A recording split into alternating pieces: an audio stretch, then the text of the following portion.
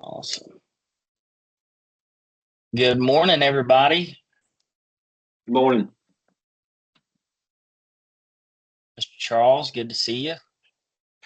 Hope you all are well. Yes, sir. It's time trying to stay cool out here. That's an impossibility.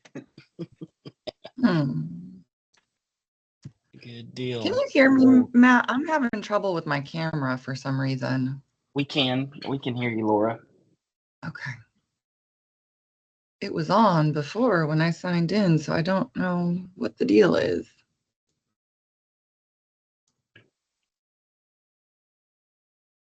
You got a little We're time. sorry. Your call cannot be completed at this time. Please hang up and try your call. I'm going to sign out and sign back in and see if that works. Sounds good. No problem. Well, we'll give a few more minutes just to let everybody kind of trickle in, but it's good to see everybody this morning. I hope you all are having a good summer. I know our team had a really good 4th of July holiday. The weather was kind of unseasonably cool, I felt like, or maybe that was just the fact that we were near a body of water every day. I spent some time on Jackson Lake here this past weekend, and it was a beautiful weekend. So we'll go ahead and get cranked up. I'm joined here today by Glo Camacho. Glo is our Director of Programs and Engagement with the Foundation, and happy to continue this conversation that we're having as a part of our ecosystem services markets effort to continue connecting you all with resources and information around the connection between water, carbon, biodiversity, and how we can take care of our landowners in the process. I thought it would be good for us to just have a quick grounding. And those of you who have been part of our group since the beginning have seen this a couple of times, but hopefully this kind of helps the new people in the room understand why we're here.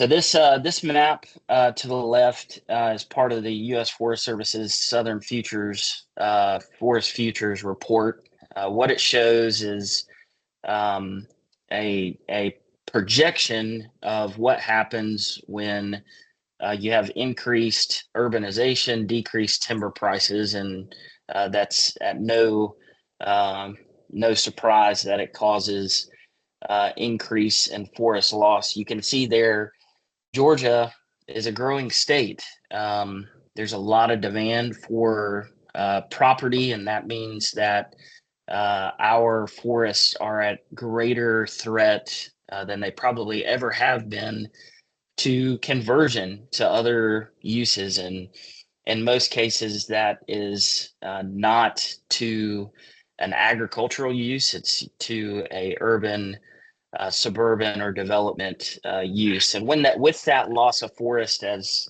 you all well know, is a critical loss of ecosystem services. What those services include are water quality and quantity, air quality, carbon sequestration, wildlife habitat and biodiversity, recreation and aesthetics, soil formation and stability, pollination, and human health and well-being.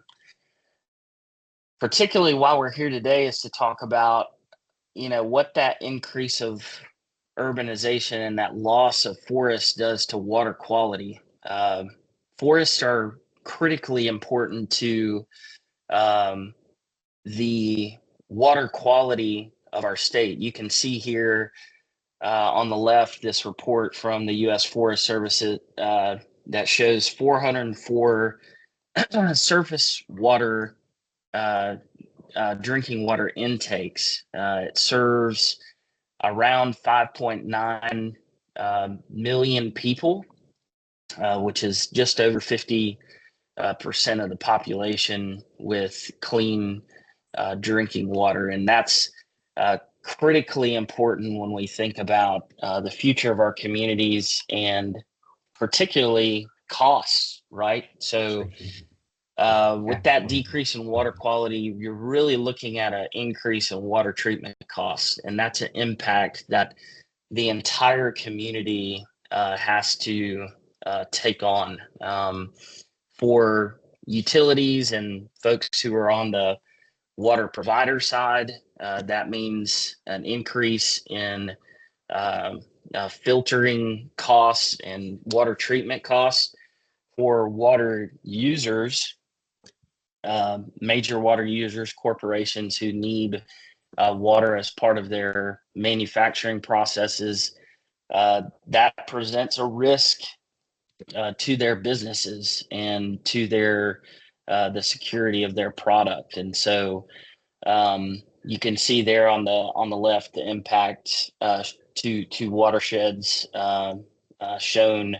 This shows projection of development between 1992 and 2016 from the Georgia Conservancy. They actually have a new version of this map that I need to include here, but I think it does a great job of showing how this can impact us at the watershed level.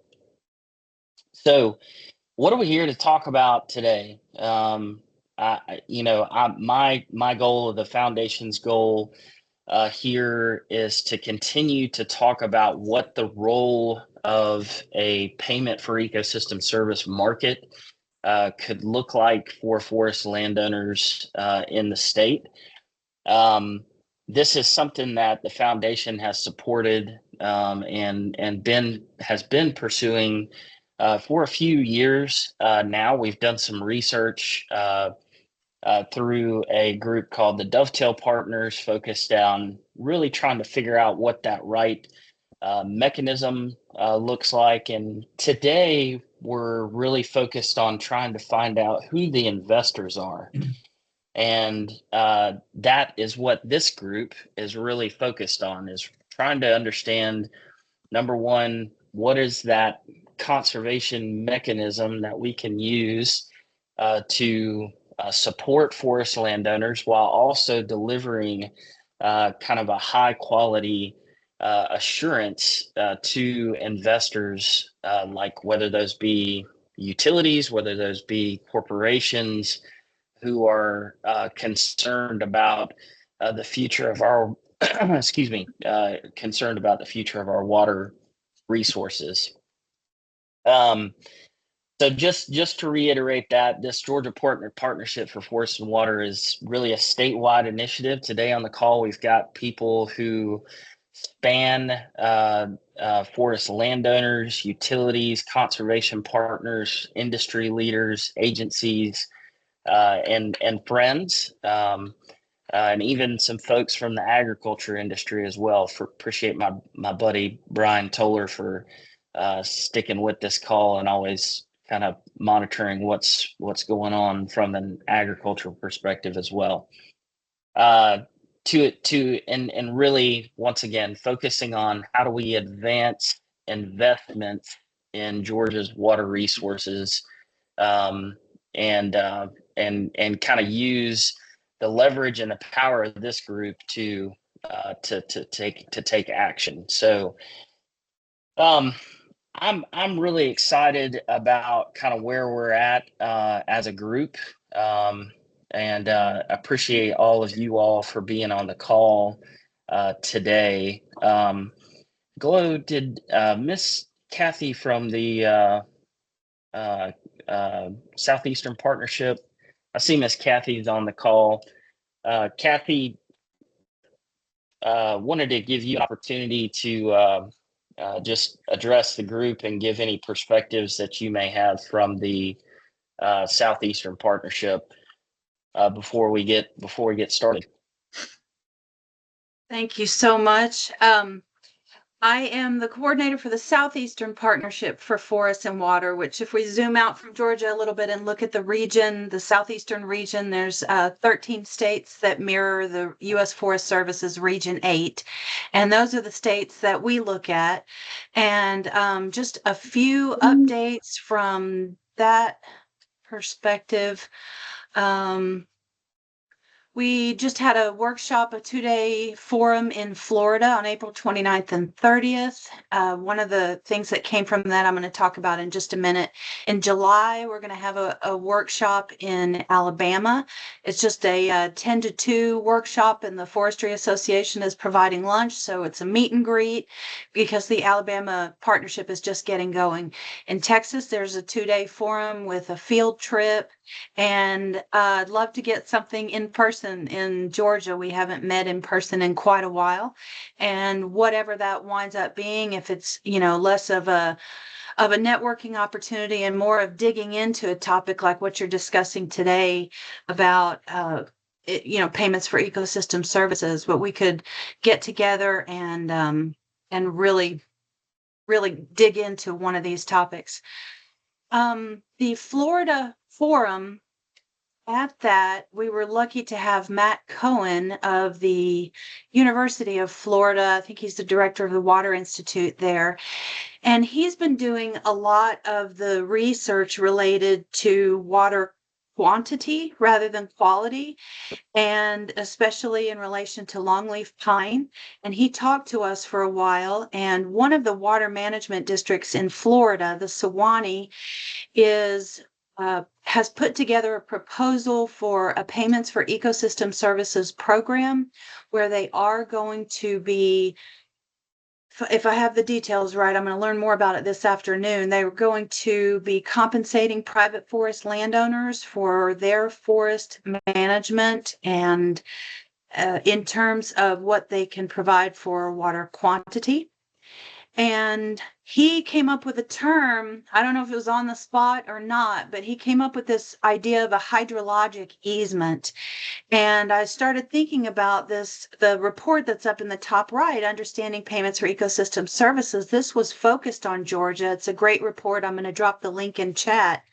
And they talked about the different mechanisms for compensating those landowners. What are we going to compensate them for? And one of the things they talked about was an LMSA, a land management service agreement. And I started thinking about this hydrologic easement. If we could dig into this a little bit more and maybe outline some ideas for it, is this something that could be a feasible mechanism for that compensation? He had tied it to leaf area index in terms of monitoring. So if a forest landowner was able to demonstrate a decrease in leaf area index, which can be done by satellite, you can monitor that, then they would get compensated, in a certain way. One of our Georgia partners here is Stephanie Thompson. She's now the director of UGA's College of Law's Land Conservation Clinic. And I thought maybe her students could look at the idea of a hydrologic easement, how it could differ from a traditional conservation easement, and what we could learn about that, try to get them to do a bit of that legwork.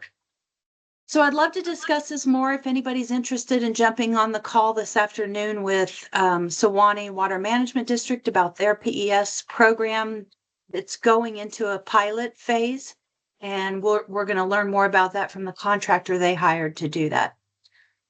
And I've been talking to EPA's Office of Wetlands, Oceans, and Watersheds, and they're looking at watersheds that are prime for an investment opportunity, some kind of watershed investment program. And I'm trying to give them some feedback and, push the Southeast as much as possible. And in that report up in the top right again, there were some watersheds in Georgia that are ready to go here, Oconee and Middle Chattahoochee specifically, and of course Savannah with South Carolina. So we're going to look at some different types of watershed investment mechanisms that they would like to back, because I get the impression they want to put some time and resources into making more replicable models for watershed investment. And so there's going to be some opportunities there, hopefully. And then finally, national collaboration. I've been talking to EPA headquarters and some other organizations, Source Water Collaborative, about trying to organize these forest and water partnerships. We have a Northeastern Partnership, Southeastern. We've got a good program in Michigan, one in Denver, one in Georgia, and Oregon and Washington, but none of us are talking to each other. And I wanted to see if we can't get something going that's more sustainably funded, and we can share these resources and replicable models around there. So I'm trying to plant those seeds whenever possible. Yes, Tom. I'd like to be included in the call this afternoon if you can. We've done quite a bit of land, and we actually work with Matt on some of those issues. So if you could Great. Include me, I can either text you or something how to get my contact information, or Matt has it probably. Okay, I'll get your email address and forward that calendar invitation to you. Oh, one last thing I wanted to show you guys. We're lucky to have Pete Caldwell on this call. He's going to talk about this, and I don't want to steal his thunder, but I wanted to show you guys his most recent report. I pulled out a couple of quotes from it, and this is what I'm sharing with a lot of groups around the Southeast. And excuse me, he's looked specifically at the Middle Chattahoochee here, and you can see with predicted land use change scenarios, potential increases of sediment and nitrogen at up to 318% for sediment, 220 for nitrogen. That's pretty noteworthy to utilities you may be talking to. And then pulled out this other quote, which is, hopefully these types of models can one day support these payments for ecosystem service strategies to compensate those private forest landowners. So that's the overall goal. And I like to point that out, that we just have some very recent research. So this is a slide I use. You all are welcome to it. And that's it Good for me. information. Good information there, Kathy. And real quick question: what time is that call this afternoon? Let me see. And 1 p.m. 1 o'clock. Mm-hmm. And if you guys will just bump in the chat, Tom will include you as well. But hit us in the chat if you want to attend that call, and we'll get the call information over to you. And Glow, please include that in your follow up from the meeting. Well, as Kathy mentioned, we do have a couple of guest speakers today, and so I want to kind of hop right into that because they've got some good information to share with us today. So proud to have on the call with us today both Peter Caldwell, Dr. Peter Caldwell, and Laura Calandrella from Keeping Forests. Peter, for those of you who don't know, is joining us from Franklin, North Carolina. He's a research hydrologist with the Forest Service Southern Research Station, the Center for Integrated Forest Science. Prior to joining that team, he served as a research hydrologist at the Coweta Hydrologic Laboratory and as a postdoctoral research hydrologist. He is an expert on the forest and water connection. And as Kathy mentioned, we do lean on him quite a bit for the institutional and academic understanding behind this market-driven kind of approach that we are taking. And I'll mention as well, he is a part of the Wolf Pack. So he's got his bachelor's and his doctorate degree from North Carolina State University. And we won't hold that against him here in Georgia. But glad to have you on the call today, Pete. In addition to that, glad to have my friend Laura Calandrella on the call. Laura, for those of you who have been around this sector for a while, you've probably heard from her. She is from Atlanta, Georgia. Lives here in Atlanta, Georgia. She's been working with the Keeping Forests effort since 2016, helping to lead strategy development and coalition building efforts, and has been executive director since 2022. Keeping Forests is a Laura will talk about this a little bit more, but is a collaborative that the Georgia Forestry Foundation is a part of, that spans really government agencies, nonprofits, and small businesses, and both large businesses alike, really focused on addressing the issues of land conversion in the U.S. South. And we're proud to have her on the call. She is also, I have to make this pitch, an author.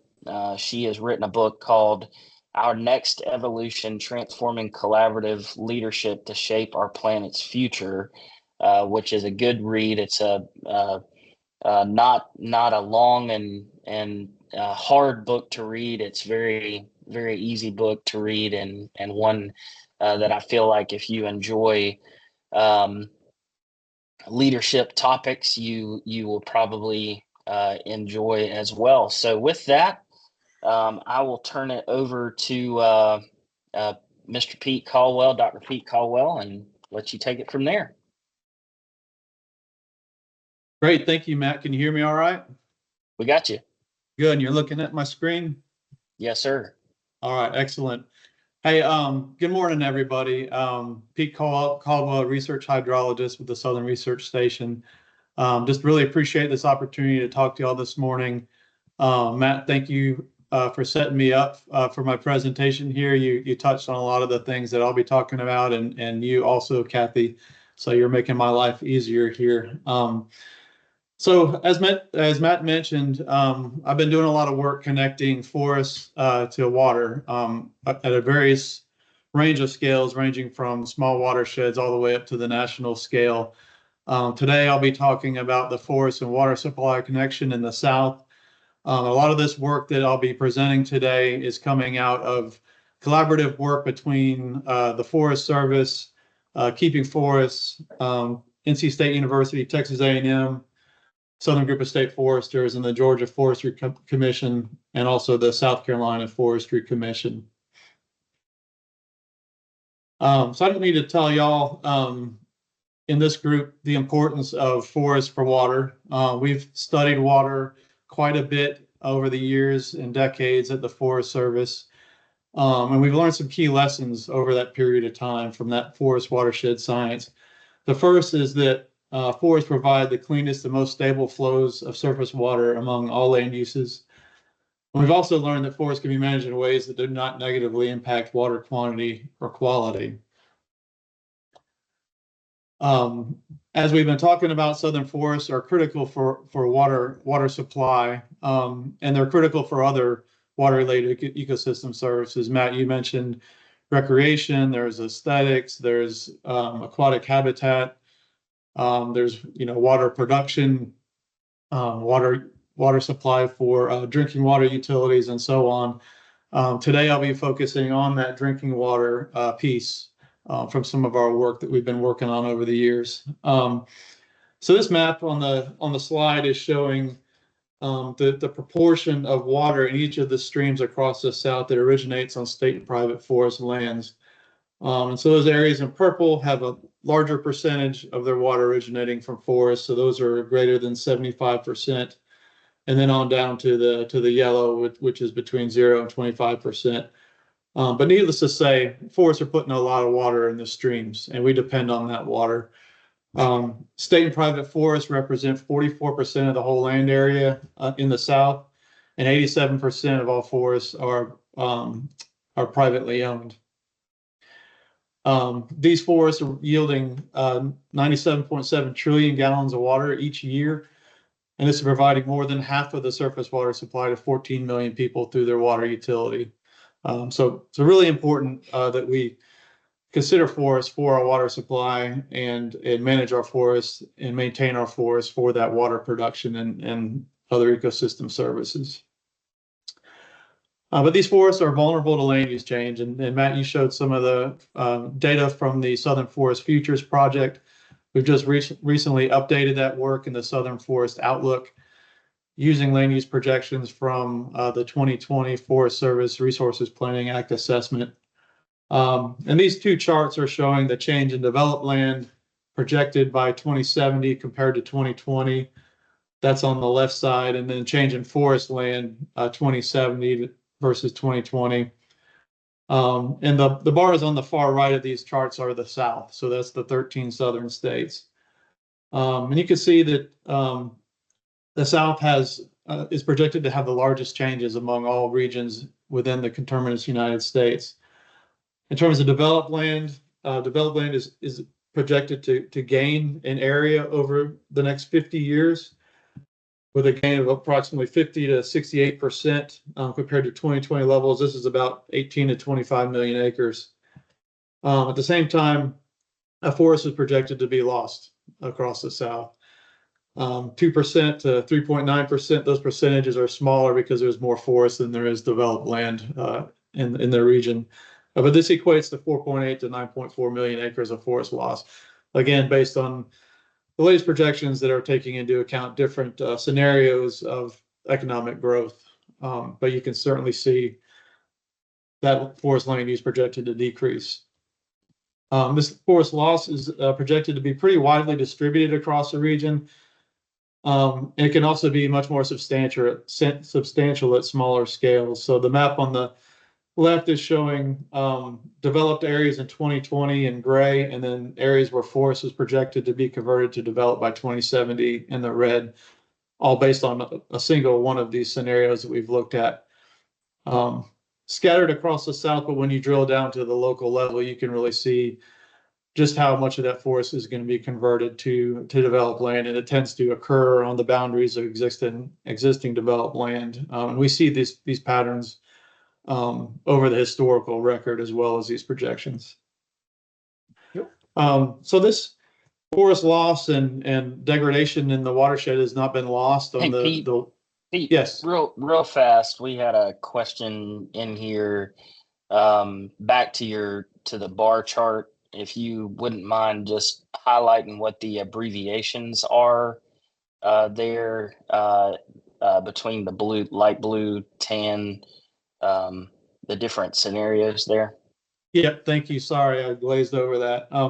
So those are different assumptions for economic growth and greenhouse gas emissions. So if you're familiar with the terminology from the IPCC reports, these are representative concentration pathways, RCPs, and SSP. I can't remember what that stands for, but those are the socioeconomic projections. So the blue is low greenhouse gas emissions and moderate growth. The tan is high greenhouse gas emissions, low economic growth, and then M and H are medium and high economic growth. Thank you. Sorry about that. Very helpful. No, I appreciate you. So these trends and projections and forest loss across the South hasn't been lost on the water community. Just last year in the State of the Water Industry report from the AWWA, watershed and source water protection was ranked #1 as the top 10 issues facing the water sector across the U.S. And this was followed by long-term water supply #4. So folks are paying attention and understand what is going on in these watersheds and the importance of protecting these source areas for drinking water. We've been working on a project over the past 3 or 4 years now, trying to connect the dots between forests, water quality, and drinking water treatment costs across the South. This is a project that was kicked off and done in collaboration with Keeping Forests, and is funded by a Southern Group of State Foresters Landscape Scale Restoration Project. But our goals here were to, one, link forest water quality and drinking water treatment costs across the South, and then two, take this science and put it into tools and data that folks can use to understand the value of private forests for water, and also to be able to develop partnerships between landowners and downstream water utilities. So one of the first things that we found, and this shouldn't come as a surprise to this group, is that the more forest you got in your watershed, the better your water quality. So we looked at monitoring data from over about 1,000 sites or more across the South, looking at nutrients, total nitrogen, total phosphorus, as well as total suspended sediment. These are water quality parameters that are heavily monitored and have a bearing on drinking water costs and other ecosystem services. But if you look at the charts on the right, you can see that the higher your percentage of upstream forest area, the lower your concentrations of nutrients and sediment. So we know this, but these data really point to that and can help tell that story. And when you take all these data, we develop these empirical models of water quality as a function of upstream land use and other watershed characteristics. And we showed that a 1% change from forest to developed land results a 1.5% increase in total nitrogen, 1.9% increase in total phosphorus, and a 0.4% increase in total suspended sediment. So maintaining these forests on the landscape, reducing that forest loss to developed, is going to help us to maintain and mitigate the impacts of these land use changes. So we also connected water quality in stream to drinking water intakes across the South. So we, through the EPA Safe Drinking Water Information System, we gathered information on the locations of all the surface water intakes across the South and the public water systems they serve. In total, there's over 1,700 intakes, over almost 1,400 public water systems in the South. In this map here, you can see that those in yellow are situated on a reservoir. Those in green are situated on a run of rivers. So in other words, they're pulling water directly out of the river, and that has a bearing on their water quality. So by linking these drinking water intake locations to modeled nutrient and sediment concentration data using publicly available modeled results, we developed some of these relationships between water quality and upstream forests. And so in these charts here on the right, you've got total nitrogen at the top, total phosphorus, and then total suspended sediment at the bottom. And the dark green box plots are those that have more than 50% forest upstream, and those in the light green have less than 50% forest upstream. And then they're also divided by reservoir and run of river.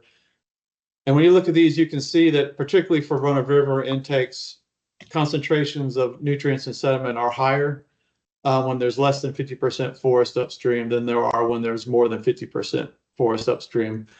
Those differences exist with the intakes on reservoirs, but it's more muted, and you can kind of expect that because of the nutrient cycling and settling that goes on in reservoirs. But we really wanted to pull these data together and kind of demonstrate what land use and water quality means to the public water systems. Did I lose y'all? Still here. Okay. We're We here. got you. All right. Okay, and so Kathy mentioned this paper that was just published about a month or so ago, where we did some special modeling in 2 case study watersheds. One is in the middle Chattahoochee in Georgia and Alabama, and we also looked at another watershed in the San Jacinto in Texas. What we wanted to do is estimate the change in water quality at drinking water intakes in these watersheds as a function of these projected land use scenarios coming from the Resources Planning Act. And so in the middle Chattahoochee, you guys are very familiar with this watershed. There's 15 intakes in the watershed across 13 individual public water systems. More than 690,000 people are served by water through these public water systems. And this doesn't include the population served through purchases. That's something that's very difficult for us to track. And there's 23 point sources in the watershed as well that have a bearing on nutrient concentrations. But some of the bigger examples here are Columbus Water down near the bottom of this watershed, Douglasville, Douglas County, and Coweta, Georgia, and you can see the population served by each of those systems. So again, we ran these hydrologic and water quality models using projections of land use in the future, and looked at how that might affect nutrient and sediment concentrations for these different public water systems in the watershed. This is a really busy chart. I apologize for that. But what you've got are 15 groups of bars here. That's there's one set of bars for each intake in the watershed. The 2 bars for each intake, the first is land use and suspended sediment concentration in 2020. And then the second bar is land use and suspended sediment concentration in 2070. So the green is forest, the red is developed, the yellow is agriculture, and then you've got water and other land uses at the top. But you can see there's quite a range in land use change and in the projected suspended sediment concentration response across these different intakes. I'll just pick out a few examples here that we talked about already. So Douglas County and Douglas County Water and Sewer Authority has 2 intakes within their system. They serve almost 110,000 people. One of the intakes you can see has a decrease in forest and an increase in developed.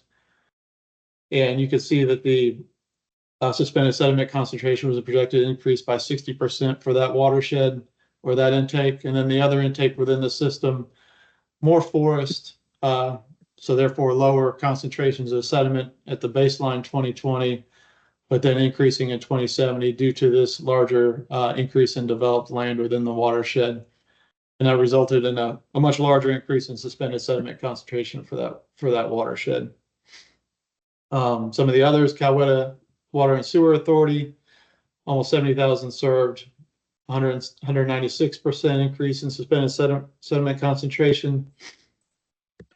And then finally, Columbus Water down near the bottom of the watershed, 229,000 served, a 26% mean to suspended sediment concentration. So all this to say that the land use upstream of these intakes matters, and we wanted to kind of show what these projections might mean in terms of water quality. And then, the next step is looking at the economic piece of this and what these mean for drinking water treatment costs. And to that end, we partnered with economists at NC State and within the Forest Service to develop economic models of annual drinking water treatment costs as a function of upstream or water quality and attributes of the public water system. So the economists surveyed water utilities across the South, gathered information on their infrastructure and their treatment technologies and also their treatment costs, developed economic models based on that. And then we're able to use those models to project out changes in treatment costs under these different land use projections. And this map is showing one of those scenarios, looking out into the future and the percent change in treatment costs across all the public water systems in the South.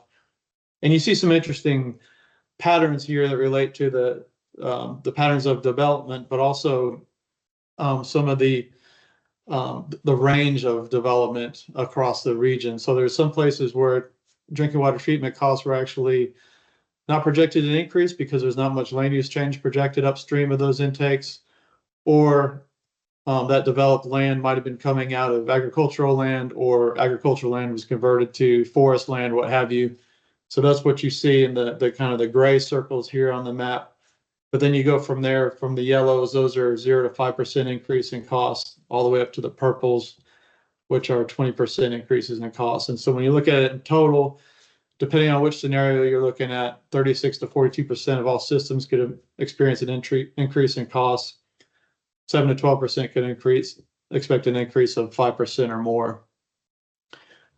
And this chart really kind of shows where the rubber meets the road on this. So we wanted to understand how forests mitigate or prevent increases in treatment costs due to development. So looking at across all of these public water systems, the change in treatment costs projected by these economic models as a function of the upstream forest lost. And that's what you see here in this chart. Each one of these circles is one of those public water systems. And of course, the more forest you lose, the larger change in treatment costs you're projected to experience. And for some of these water systems, again, some of the upstream land use is projected to increase in forests, and you see decreases in treatment costs for those public water systems. But in total, these results show that a 1% decrease in upstream forests could increase annual treatment costs by 1.7%. And also an interesting pattern you see here is that those utilities with smaller watersheds may be the most vulnerable to these land use changes. And so you can see those here in the red. These are water systems that have an upstream watershed area of less than 39 square miles. The bigger the watershed, the less land use change upstream, and therefore the lower cost changes projected in the future. So this could have a bearing for some of these smaller water utilities with smaller watersheds and perhaps fewer resources to deal with some of these water quality changes that might occur as a result of land use change in their systems. So, that's some of the science that we've been working on, and right now we're working on making tools and data available for folks to use to kind of tell this story, but also to make some of these partnerships happen between landowners and water utilities. So we've got a story map in development that's going to tell the forest water quality, water treatment cost story. And we've got data archives that are going to help water utilities or help landowners identify water utilities downstream of them that might be able to help them establish those partnerships, and also make this water quality treatment cost data available to water utilities so they can understand what the projections say in terms of land use upstream of their public water systems and how that might affect cost. So I'll stop there. I feel like I've been running along and we don't have a lot of time, so I'll let you take over, Laura.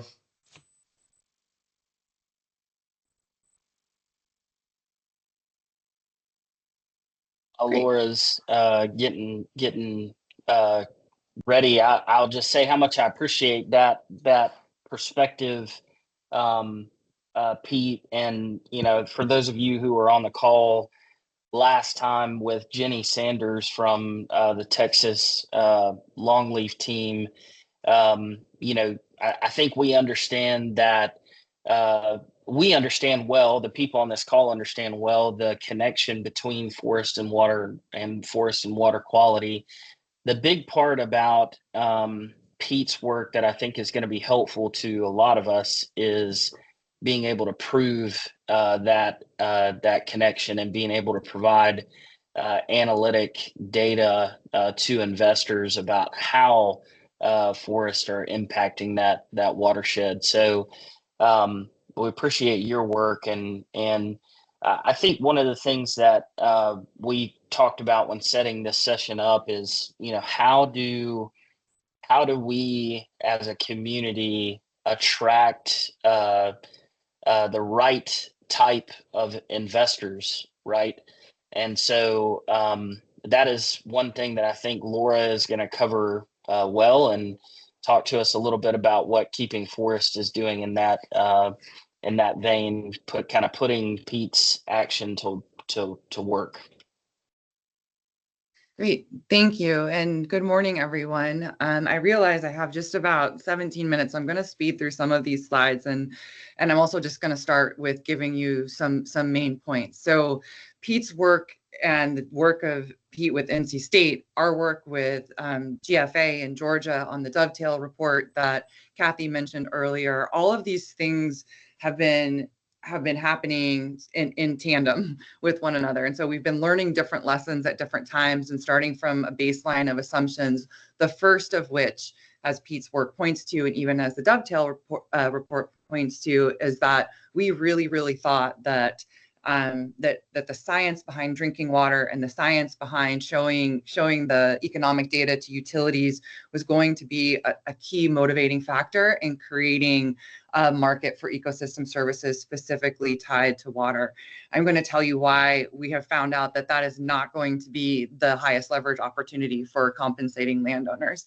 I'm also going to hopefully show you through this presentation that the data, the science, while absolutely necessary and essential, is not actually going to drive decision making. We do need the data. We do need ways of verifying and quantifying, but the data and the science is actually going to back up decisions that are being made from a values perspective first on the investor side of things, and not just purely showing numbers.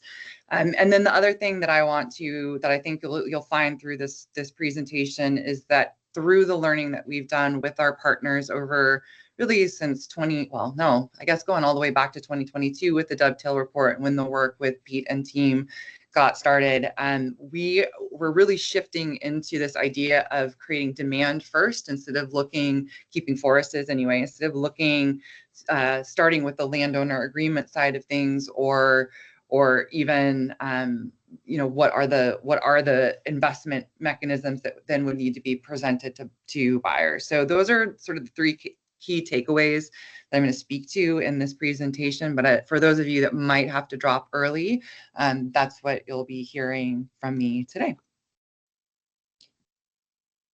So very quickly overview, Matt mentioned this, Keeping Forests is a multi-sector partnership that is focused on creating market-driven forest conservation efforts. Everything that we do is collaborative. We look at a 13-state scale geography and look at all of the systems interactions between that. And we really try to focus on things that no other entity or single organization could or would do alone, so that we're being innovative and offering something new to the space. We do have 3 different strategies. So our Southern Forest Product strategy is really focused on promoting and expanding markets for timber and non-timber forest products. Emerging markets are on the innovation side of things. Our partnership really didn't want to focus on carbon because there was already so much work going on in the space, as well as some challenges. And so when we talk about emerging markets and ecosystem services, our partners really started with the lens of water. And then our third strategy is focused on really cultivating forest advocacy from outside, working forest advocacy from outside the traditional space. So those are the 3 strategies that we are working on. Now, I don't need to tell you how much forests we have in the South, but just to sort of scan in, and for those of you that don't know the 13-state geography, when I say the US South, this is the area that we're focused on. And then I probably also don't need to tell you about the water challenges that we are facing in the South. And the Keeping Forest was really born of the Southern Forest Futures Project that Pete mentioned. The most recent update is the Southern Forest Outlook. Water is very much considered in the Southern Forest Outlook, but this is a projection from 2010 to 2060, with and without climate change, what we might be experiencing in terms of the impact on our water resources here. So again, I think there's just an ever-growing understanding of the importance of water and how we start to engage in it from a forest management and forest conservation perspective. So there are basically 4 things that we're trying to do within our emerging market strategy. So as we're thinking about creating or promoting or catalyzing a market that is grounded in the benefits that forests provide to water, what we're doing is looking at creating a framework that can be adopted in any kind of watershed or water geography, forest water geography. But what we want to do is any work that we do has to be applicable across the 13 states that we're functioning in. And so we really exist to test the ideas, create the framework, and give the tools to those that they then can be applied on the ground. So we're looking at creating decision support tools. So where are investments going to deliver the greatest benefits, so that, let's just say, I'm going to talk in watershed language, but a watershed could look and say, our investments of time and resources, is it valuable here? Verification and transparency, really starting to unpack what is the science that's needed, and what science might need to be created or tied together in order to deliver the message that our investments in forests are delivering water benefits or other ecosystem service benefits.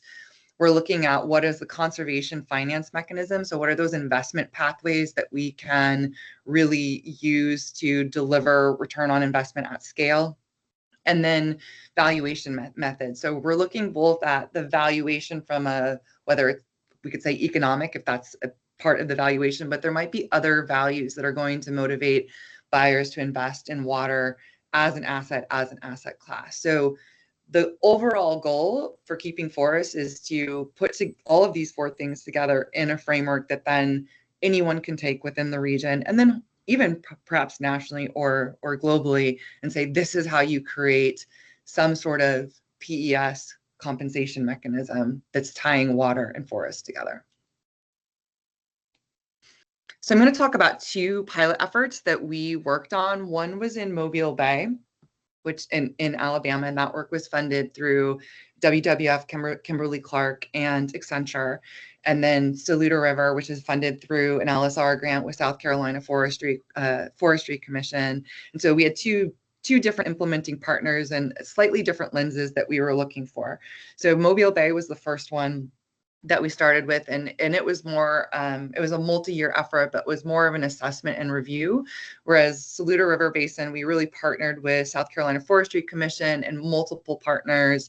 Longleaf Alliance was one of them, SFI was one of them, landowners, developers. There were a whole bunch of people that we were more interacting with on the ground. GFA was an active part of that as well. And so it's 2 very different approaches, but really that resulted in the same lessons learned. So I want to talk about 4 specific areas that we can compare and contrast between the 2. So with market viability, really trying to understand, is there a market here? And from the Mobile Bay side, we explored both the regulatory and voluntary markets, and there wasn't really a viable driver that emerged if we were looking at it through those two lenses. In Saluda River, we again, coming from the assumption that because of the models that already exist within for landowner compensation specific to forest water benefits, we really were thinking public drinking water, utilities, ratepayers. And we also layered in corporations. So we looked at all 3 of those. And as you'll see, the utility and public drinking water route is not the route that's going to be the most viable. So we looked also at utility engagement, and in Mobile Bay, although there are green infrastructure programs and there is an emphasis on green infrastructure, it's going to be on urban. If it's any forest land, it's going to be on urban forest land, and it's definitely not on upstream forest land. So there wasn't really a viability of a market there if we were looking through the utility side of things. And in Saluda River, the utilities were engaged in our conversations, were willing to do interviews with us, sit down with us. And even though there was an interest in source water protection, there wasn't really an ability to act or the authority to act or alignment with the type of investment fund or conservation finance mechanism that we were hoping to explore with them. Mobile Bay, much of the work that we were doing and the conversations that we were having when people were talking about benefits of forest, they were only exclusively tied to the riparian zones. And we think about creating solutions that scale. We didn't see something that was, again, looking at it through the lens of regulatory and voluntary markets, we didn't see something that was going to be scalable to impact a wider geography for, even if we were just looking in Alabama itself, for forest landowners. What we were seeing in Saluda River is that the people were more open to the full range of benefits that a forested watershed provided, including upland practices and the connectivity of forests. So it wasn't as forests were viewed in a very different way. And again, that may have been because of the approach that we were taking, two different approaches, but still, I think it provides some insight into how people are thinking about forests and in what context. So then bottom line to where we arrived with both Mobile Bay and Saluda River is that if we are going to create some sort of market or create some sort of compensation to forest landowners, the pathway through is going to be through corporations. And so I won't go too much into this. On Mobile Bay, the conclusion was essentially the forest industry has a lot of investment in water and wood security here. So if you're going to focus on compensation, focus there. In Saluda River, what we were seeing is more that there's a lot of corporate investment in South Carolina, and tax structures are such there that they're drawing even more corporate investment just overall. And so that there may be some opportunity for those corporate investments, corporations who have some sort of sustainability ESG goals, or thinking about nature-based solutions and beyond just their own immediate impact area. And so with both the conclusion here is, let's move towards thinking about how do we get corporations as the buyers in forest management practices, in compensating landowners for those forest management practices.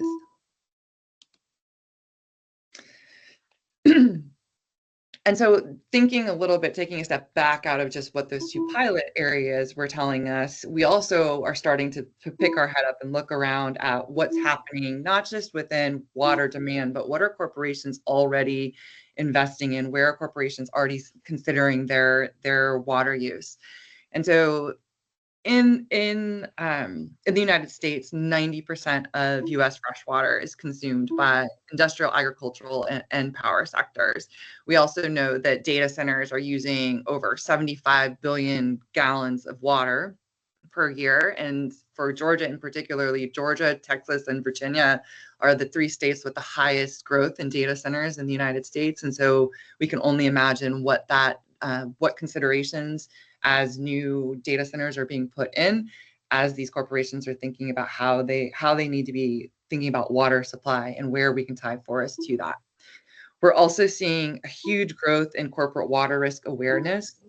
So in 2014, only 11 S&P 500 companies were even mentioning water risk in their disclosure, which was up to 101 in 2023.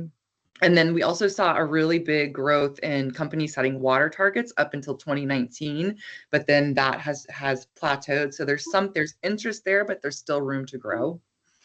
And then this last sort of signal that we're seeing from the market is that when we look at how companies are tracking their financial investments in water, less than 1% of what they're tracking is tied to water outcomes versus 59% of what they're tracking to carbon emissions, or 14 to renewable energy. And so again, what that tells us is that there's an investment gap, but that can be capitalized on.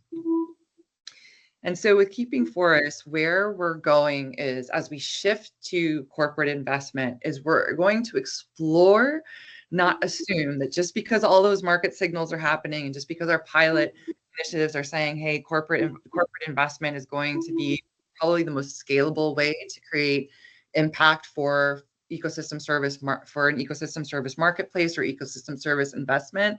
We don't want to assume that our data, our science, why we know that forests are so important, is what corporations will think is most important. So we have a whole bunch of assumptions.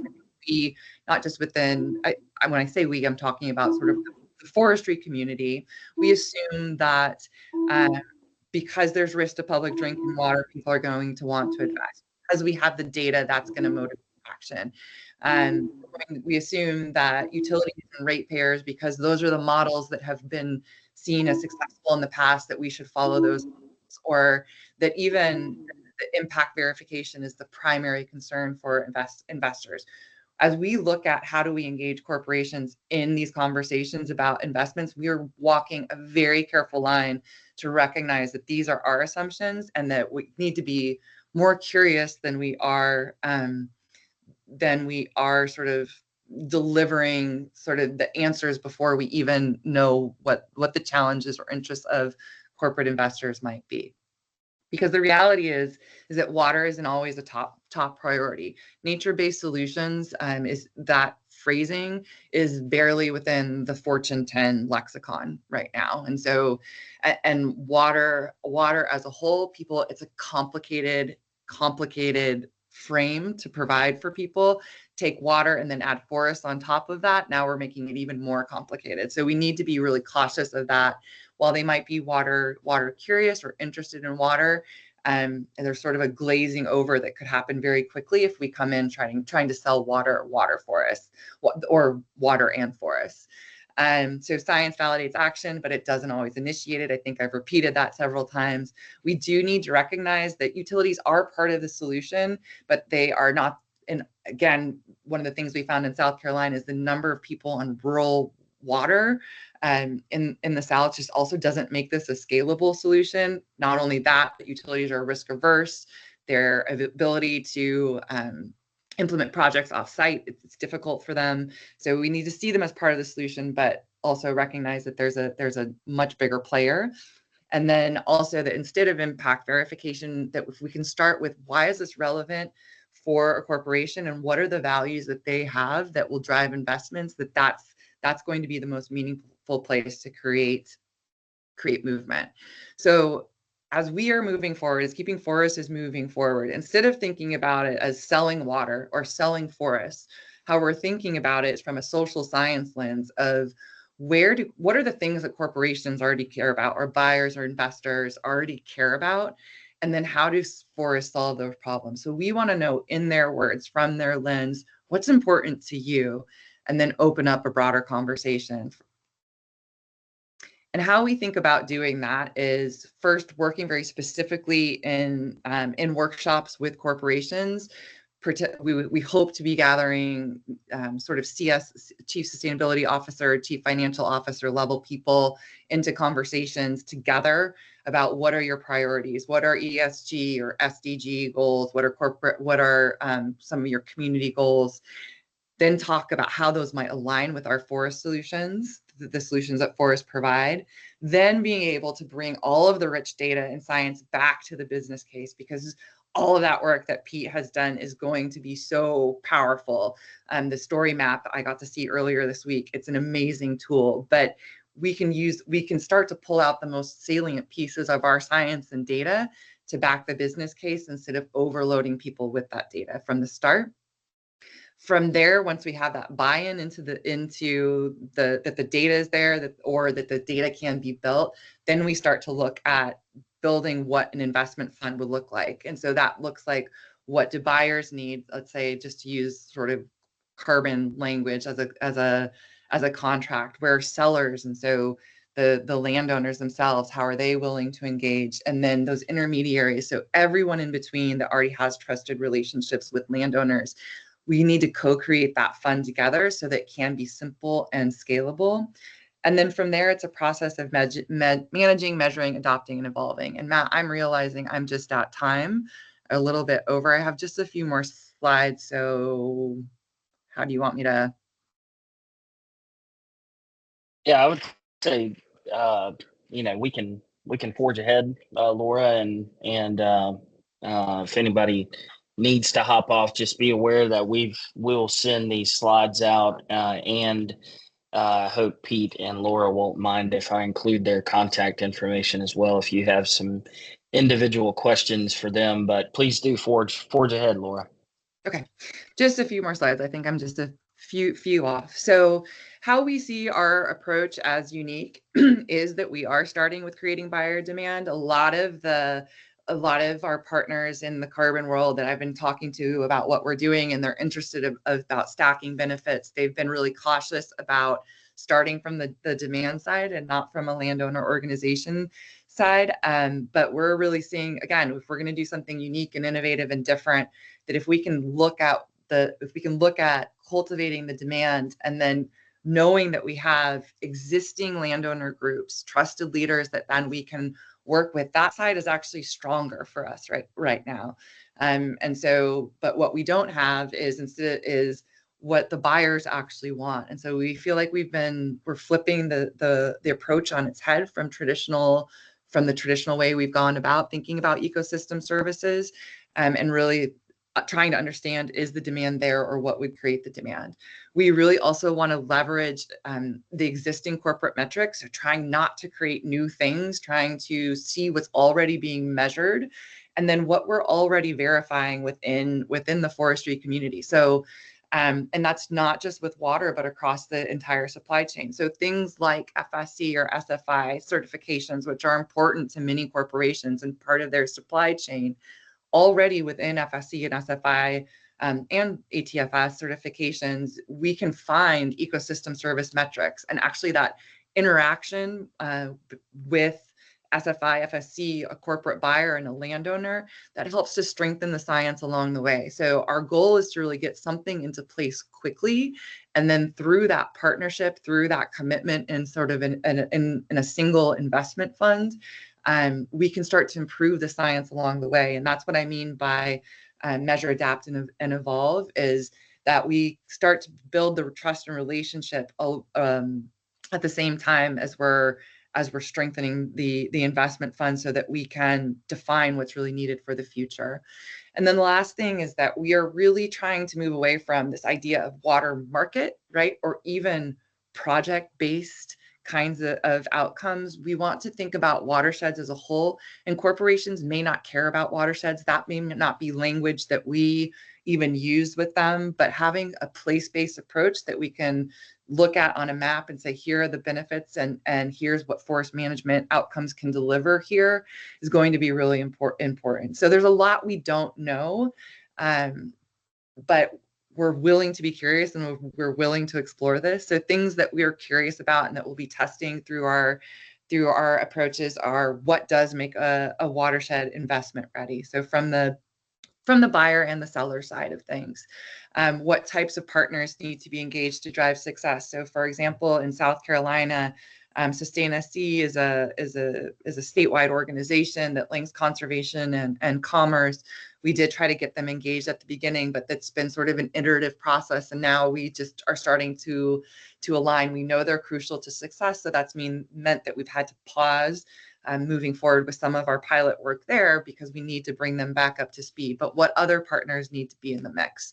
What kind of geographic scale is most effective to gain participation? So we're really curious about, do we have to go watershed by watershed to create sort of a framework, or could there actually be a regional fund? Is there enough motivation at a regional level so that we don't have to have all of these smaller funds? Maybe not. And if not, why not? And then again, leveraging the existing resources that we have. So how do we speed this up and invest in things that we've already created, or bring to the forefront things that we've already created? And then really shifting mindsets from investing in projects to investing in outcomes. So last thing, our next steps, we do intend on hosting a regional corporate workshop here in Atlanta, hopefully October timeframe, where we will be working on some social science-based approaches to uncovering what corporations really value. We do intend to have a local workshop in Saluda River Basin. We are also going to be moving towards new pilot site selection. So we're going to be looking at two to three new pilot sites to be launching over the next few years. And we do need some diversity of characteristics within each watershed, social, economic, and ecological characteristics. And so we'll be having some partner roundtables to understand where those geographies might be. And that's funded by the IRA grant that I know Matt has mentioned in several emails. So that's where that work comes in. And then we'll be looking at designing project plans with those pilot sites in the coming year. So that is it from me. Thank you for the extra time, and I will turn it back over to you, Matt. Thank you, Laura, and I appreciate a lot of the team staying on the call for longer. And since we've got both Laura and Pete here captive, and I won't let them leave until you guys get all your questions out. Any questions directly for Laura or Pete? Pete, appreciate you hopping in the chat and answering a lot of those questions.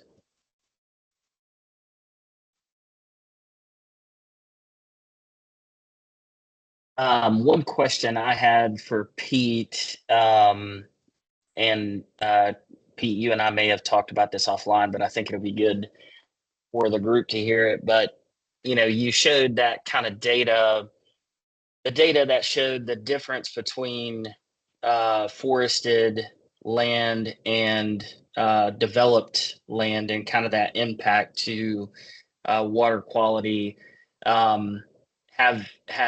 Are you aware, or did that data set take into account any connection between not developed land versus forested land, but maybe unmanaged land versus managed property?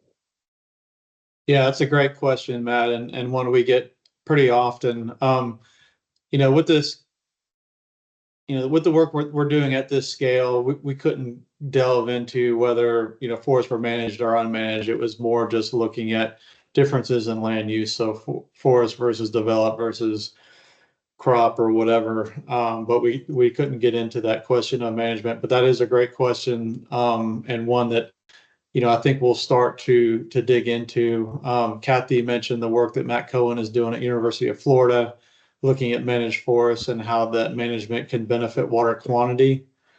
And that's something we can continue to look at in terms of water quantity, but also try to get a handle on the benefits of management for water quality. I think that'll be important too. I mean, just as we're communicating with corporations, making that distinction about a stranded asset versus one that's a healthy managed asset, and I have to believe that there will be some volumetric benefits there as well. Buck, what's your my friend from Louisiana? How you doing, brother? Matt, thank you, and excellent presentations. Very good. Water is certainly a big issue. You got people out west that don't have enough, and you have people in mid-Texas right now are suffering from too much of it. I think sometimes our focus may be too narrow. Ecosystem services should include our water, protecting our forests from wildfires, streamside management zones, a whole array of things. And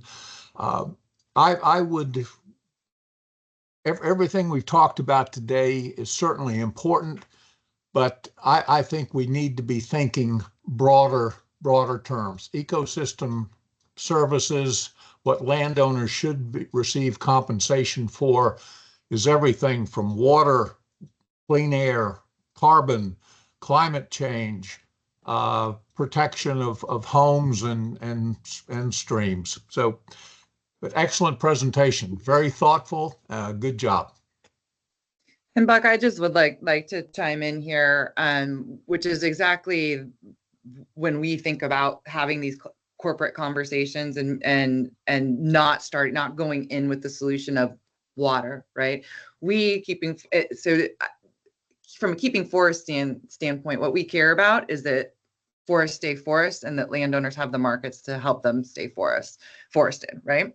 And so, and we also know the many benefits that our landowners are not being compensated for. And so when we have these conversations with corporations, what we're trying to look for is, what do they care about? And so it doesn't matter if they care about fire or water, or it doesn't really matter, just that we get landowners the resources, the financial resources to be able to manage for all of those things that we collectively on this call care about. And so your point is very well taken, and what we're trying to tease out. Yeah, and I would just to add on to that, the benefit of forests come from the sum of the parts, right? Each individual part may not be enough to keep that land forested. Drinking water, Laura, you mentioned, that's not the complete answer, and you're absolutely right. We need to think holistically, and roll all these things together, because each individual may not get us there.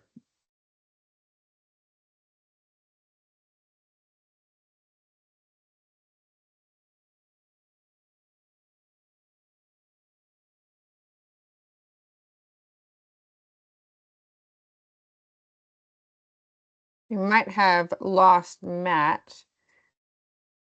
Are there any other, can you guys hear me? Okay, good.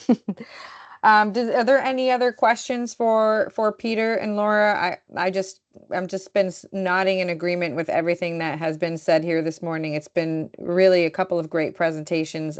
Even though we've had all of these conversations in preparation for this call, there's always a little something that I catch on and make notes on to follow up with. So if there are no other questions for Peter and Laura, or Peter and Laura, if there's anything else that you want to mention, any other takeaways before we wrap up our call, let me know. Okay, go ahead. Well, yeah, I'll just say thank you for the opportunity to talk today and share your work and get to know you all. As we have more of these products rolling out, we'll make sure that you, Glow, and Matt get them and you can distribute them to the group. That would be super helpful. And we've done a good bit of taking notes on the chat and connecting everyone. So there will be some follow-up independently with people who said they wanted to join Kathy's call, or Peter, I saw you connect with some folks on the chat. You guys are always welcome to reach out to Matt or myself to make these connections on anyone else that are on these calls. But I will follow up with the recording. I'll follow up with our meeting notes.